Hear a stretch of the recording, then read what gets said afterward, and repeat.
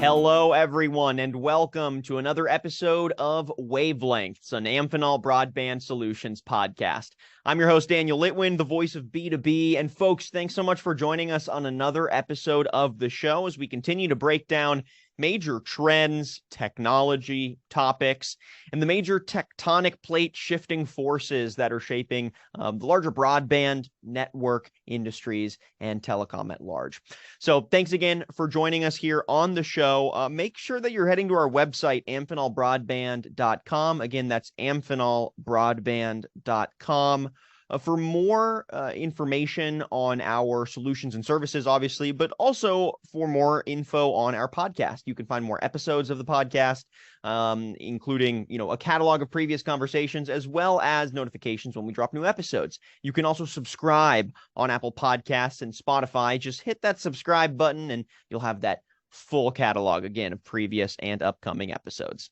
All right, team, let's jump in. Today, we are diving deep into a topic that is increasingly on people's minds, whether you are, coming at it from a professional lens or really a personal lens.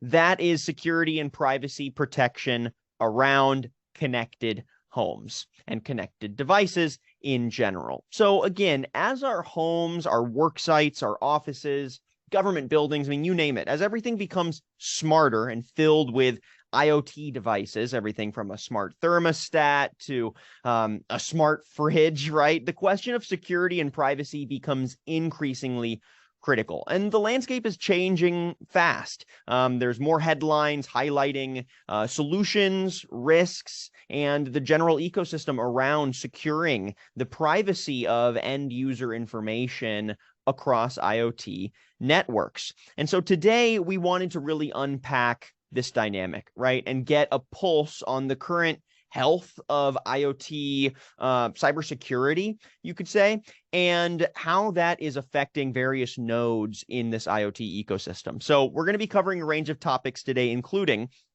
some of the most pressing security risks that connected homes and buildings face today and what you can be doing about it. The role of mass-produced IoT devices in security, right? Are they doing enough? We're going to bring up some recent news around Amazon Ring. We're going to be speaking on the U.S. Cyber Trust Mark, which is a U.S. approach to standardizing security and privacy measures around IoT ecosystems. And we're going to be chatting, too, about the shared responsibility, again, of securing IoT ecosystems. Who is it? Is it the end users, the ISPs, the IoT device manufacturers, or is it a little bit of everyone? So let's go ahead and jump in. We're going to be breaking all this down and more with our guest, Mr. Thomas Pace, CEO at NetRise. Thomas, great to have you on. How are you doing today? Doing great, man. Thanks for having me. Looking forward to it. NetRise is a cloud-based and machine learning-driven product security platform and solution for IoT devices, serving everything from residential to commercial and industrial applications. And Thomas spends a lot of time in this IoT ecosystem, and I'm very excited to be pulling from his perspectives today. So again, Thomas, thanks for joining us, and I'll open it up to you here. Could you just give our audience a little more background on your expertise and some of the perspectives that you're going to be pulling from for today's conversation? I think the two sets of experiences that are most relevant for the purpose of this conversation are going to be, I spent a number of years at Department of Energy doing industrial control system security, where I was tasked with a number of things, but most relevant for this would be helping to determine the impact of various vulnerabilities and risks against those industrial control systems, of which we obviously had a few.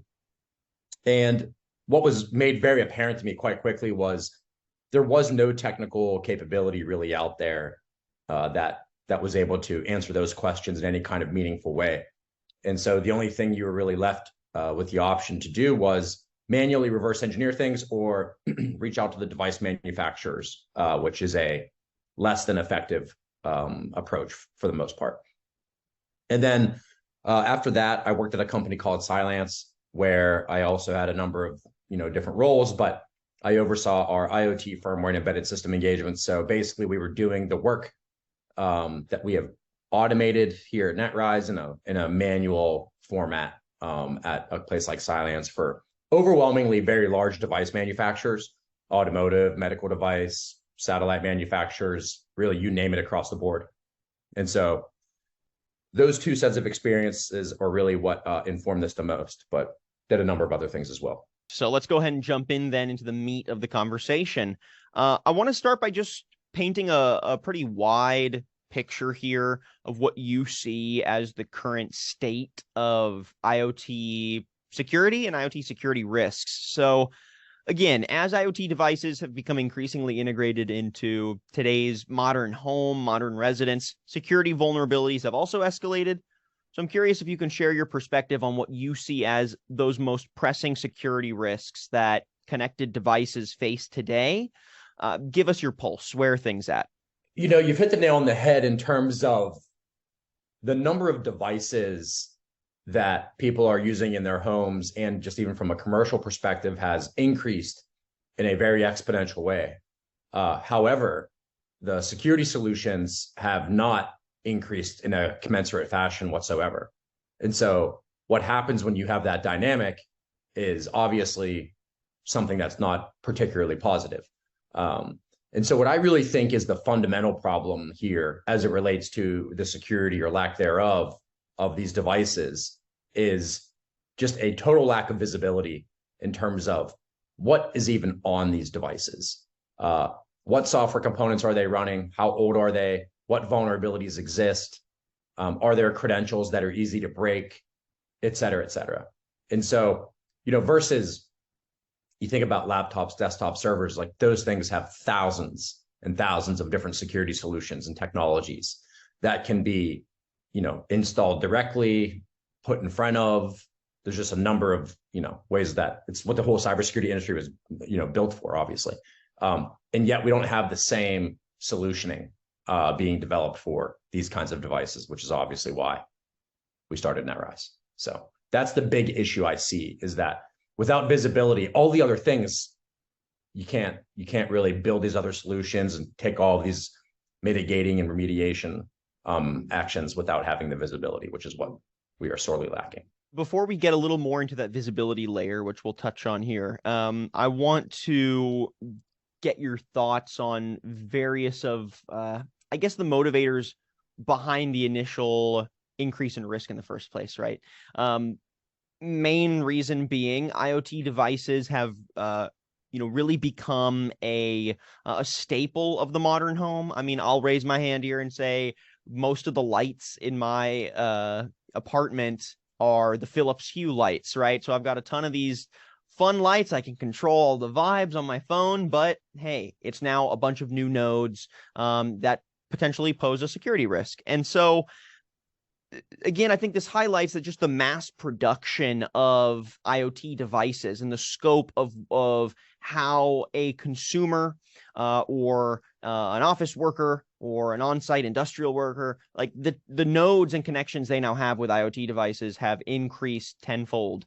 At large, would you say that these devices, these kind of mass-produced, commonplace IoT devices, are they making security enough of a priority in your view today, or not? Right? What do you think? Well, are they playing their role well, essentially? I don't think so. And I think there's good reasons for that, and I think there's bad reasons for that.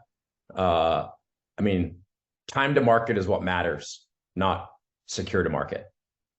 That's just the reality we live in. That applies to Microsoft. That applies to Google. That applies to just about every company on planet Earth. And until that changes, I think that's the environment that we're going to continue to operate in. What's interesting is when you have newer companies benefit from starting from scratch, basically. So if you look at some devices that are even new, but created by companies that have been around a long time and are significantly more valuable and have much more capital and revenue than a smaller company, what you'll find sometimes is the newer company and smaller company will actually kind of create a more secure device, kind of on accident, just because they're using newer components. Their baseline from when they started is just a newer point in time than when another company started. So you might have one company leveraging firmware and software components that are years old because that's when they started creating a particular device or device type. And for them to change that requires them to basically start from scratch, which many companies are just unwilling to do because of the engineering effort that is required to do so. And frankly, the market is not demanding them to do it, right? Why? Because the market does not have visibility into the problem. So you find yourself in this like catch-22 kind of as it goes. So no one's really held their feet to the fire because there hasn't really been solution sets in place that were capable of doing so. But I think we're going to talk a bit more about some of those vehicles in which that can happen. I want to keep painting this picture here for a little bit so our audience kind of gets the scope of things. This concept of IoT security, I think it gets renewed focus, obviously, when there is a major breach or there is some back and forth between regulators and, major manufacturers or resellers of these devices. One big example that was hard to miss was Amazon's Ring cameras. So they were recently fined $30 million, which, in the grand scheme of things for a company as big as Amazon's pretty much a drop in the bucket, right? But it was fined $30 million for its security issues around its Ring cameras. So basically what happened was the company allowed employees or contractors to access consumers' private videos and didn't implement basic privacy and security protections, which then enabled hackers to take control of some consumers' accounts, cameras, and videos. So now under a proposed order, Ring is going to be required to delete data products derived from these videos that it unlawfully reviewed, and it's going to be forced to implement a privacy and security program with some new safeguards. So that's just some context for our audience here, but I'm curious, your perspective here. If some of the most high-profile IoT devices on the market are posing a security risk, what do you think this kind of says about the state of IoT security health on the market today? What can we learn from these challenges? Whether it's about improving safeguards on devices, whether it's about appropriately investing in proper security solutions. Just give us your thoughts here. Especially as it relates to consumer products. There's a really important dynamic, I think, that is lost on most people. And that is the idea that you think you can buy a piece of technology that is pretty advanced and can do some really impressive things, like night vision and activity tracking and notify, does all these things for like $100. And if you think that's all you're paying, I'm sorry to tell you that you're not. You are the product. Congratulations. The data that you have willingly decided to send back up to Amazon and their cloud, if you thought that wasn't going to be used to generate other products and create additional revenue streams, I'm envious of the naivete in which you operated on a day-to-day basis. And whether or not that was legal or illegal, or they were supposed to or not supposed to, is kind of secondary, frankly. If anyone thinks that Amazon cares at all about a $30 million fine, I'm here to tell you that they do not. That's not really even the state of the device itself. That's just welcome to consumer products now. That's just what it is. If you want these features and these capabilities and this functionality, this is the price you're going to pay for the vast majority of people. There are things you can do as an end user to prohibit certain things and not sync things to the cloud and like all that. But in general, that's going to be totally ignored by most people. And they're just going to continue streaming all of their data to some third party. That's just what it is, right? Now, so that's more of a onus on like the corporate structure as a whole. As it relates to the, devices themselves, I think some of the bigger companies, especially on the consumer side, tend to do a slightly better job because they understand that they're basically deploying devices into totally unknown territory. For them, they're just hooking it up to some router provided by some ISP and hoping for the best. Whereas If you're selling things into like commercial enterprises, you're operating under a very different set of expectations. This thing's going to be behind a firewall. This thing is going to have a program around it. This thing, whatever. So it's actually kind of crazy when you think about it. You would hope that some of these devices would go through more of a security certification process for the enterprise versus consumer, but it almost doesn't seem to be the case. And there's a lot of other things you can talk about, like encryption. Most consumer devices are encrypted. Most enterprise ones are not. So that's another fascinating data point, I think. I mean, I think it paints an important picture that, the responsibility of security falls on a lot of different plates. And, to harp on another point that you brought up, it makes, I guess it makes some sense that consumers are going to be incentivized to like not put up safeguards around their data when connecting to the cloud is almost, and that data being fed up to the cloud is almost baked in with the service itself. So if your devices are disconnected from the cloud and aren't really sending feedback data out, or you're keeping them as isolated as possible, a lot of the benefits of that connected ecosystem and the insights that you get as a consumer around your connected ecosystem start to feel limited. And so, the access to the data is almost tied in intrinsically to the service itself to make it enticing to say, yeah, sure, I'll sell my data as well, for the cheap price of buying a cool piece of tech, right? So it is interesting to see that dynamic at play. What are your thoughts on that? That's exactly what it is. I mean, we all do it willingly. If we do it, like, I don't want to go buy a giant like storage area network and manage and maintain that at my house. I want to plug in a Google Nest camera and be done.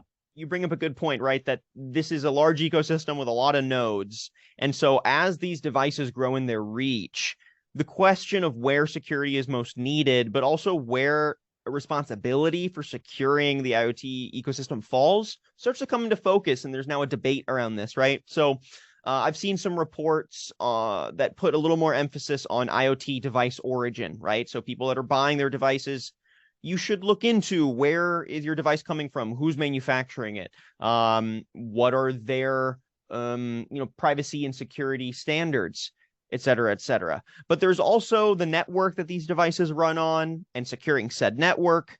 There's also, best practices by the end users themselves. So I'm curious, if you have to unpack that responsibility ecosystem, where would you say that responsibility chiefly lies, right? With end users, with ISPs and network infrastructure providers, IoT device manufacturers, IoT device resellers, third-party solutions and providers. Like, unpack that for us, right? Because there's a lot of players. Yeah, I mean, I actually tend to think it's a complex problem that's relatively straightforward, I think, actually. So first off, the market dictates what happens, right? I'm a capitalist through and through, which will come through in some of the comments about like the cyber trust mark, I think, a bit later on. And if the market isn't going to change how they formulate opinions on what is good and how things should be, guess what? They won't change. And in addition, we're talking about unbelievably regulated, systems here, telecommunications infrastructure. I mean, you can't get more regulated than that. And so what happens in regulated environments? Do we see great innovation in those? No, we do not.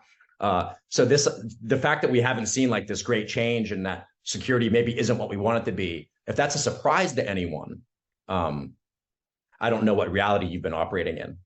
But so in terms of the ultimate responsibility, if we just look at this philosophically, is always on the person who chooses to accept a given risk.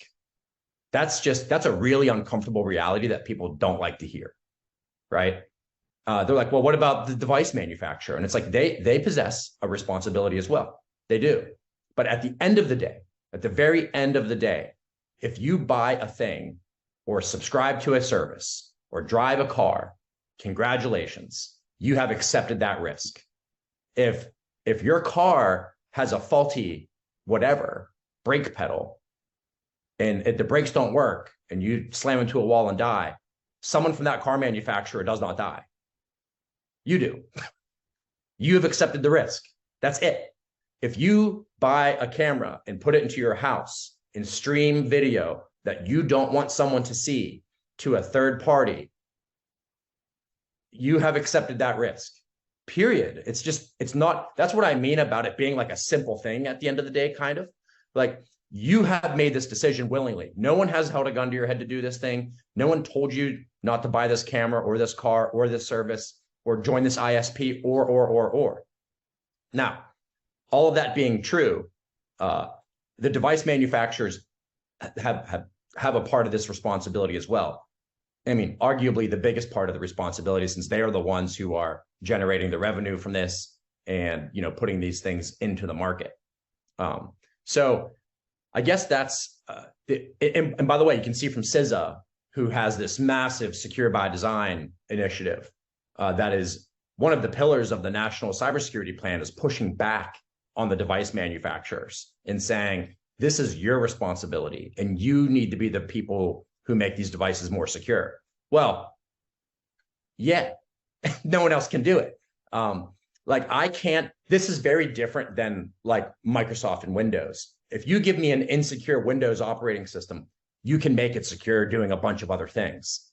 You don't really have that opportunity as it relates to routers, switches, security camera. Those are closed systems. You can't just arbitrarily open them up and like start removing things and then just expect your device to keep working. We don't have that level of understanding, and that violates warranties. Like, it's a different paradigm. So if that is the case, which it is, then someone else needs to apply pressure back to the device manufacturers to ensure those devices are more secure, which is exactly what CISA and other organizations are trying to do. Hey everyone, different Daniel Litwin, the voice of B2B, popping in here to interrupt your podcast and let you know we're actually going to be cutting this conversation in two. There was just so much good content, and we want to make sure that you can engage with it intentionally, that we decided let's go ahead and split this up into a part 1 and a part 2. So we're going to have more conversations here with Mr. Thomas Pace, CEO of NetRise, coming very soon. Make sure that you subscribe to Amphenol Broadband Solutions podcast, Wavelengths, on Apple Podcasts and Spotify. Just hit that subscribe button and you'll have a full catalog of previous episodes, as well as notifications when we drop part 2 of our conversation with the CEO of NetRise, again, Mr. Thomas Pace. So thanks again for your time today. Looking forward to continuing our conversation here with Thomas. But till then, I'm your host, Daniel Litwin, the voice of B2B, and we'll be back with part 2 of this episode on Wavelengths.